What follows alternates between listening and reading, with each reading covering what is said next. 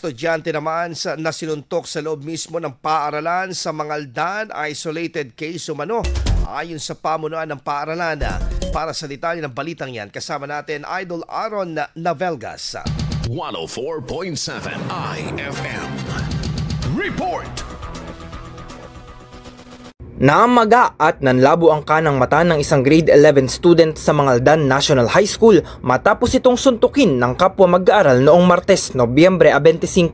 Ayon sa ulat, naglalakad ang biktima sa loob ng paaralan nang lapitan ito ng isang grade 10 student at suntukin sa kanang mata. Lumabo ang paningin ng biktima na agad namang dinala sa infirmary para sa paunang lunas. Sa panayam kay Assistant Principal Danilo Eden, may nauna ng alitan ang dalawang estudyante sa kanilang barangay matapos umanong kurso na dahil ng biktima ang estudyanteng nanuntok, kaya itinuring nila itong isang isolated case. Mahigpit po ang eskwelahan sa bullying at hindi po natin pinapayagan ito.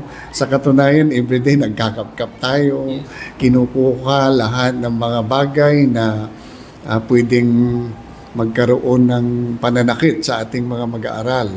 So, ito po ay isolated at yung sama ng loob ay nanggaling sa isa nilang barangay at dito itinuloy sa eskwelahan. Ipinatawag rin sa guidance office ang guardian ng estudyanteng nanuntok at napagkasundo ang sasagutin ng pamilya nito ang pagpapagamot ng biktima. Nagpaalala naman ang paaralan sa mga mag-aaral na humingi ng tulong sa barangay Uguro sa halip na gumanti o manakit. Nandito naman kami na pagsabihan ninyo kung ano yung problema at huwag pong bigla-bigla po kayong nananakit.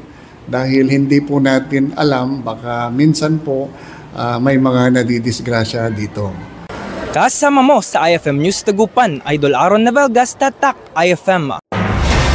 IFM News. IFM News. IFM News.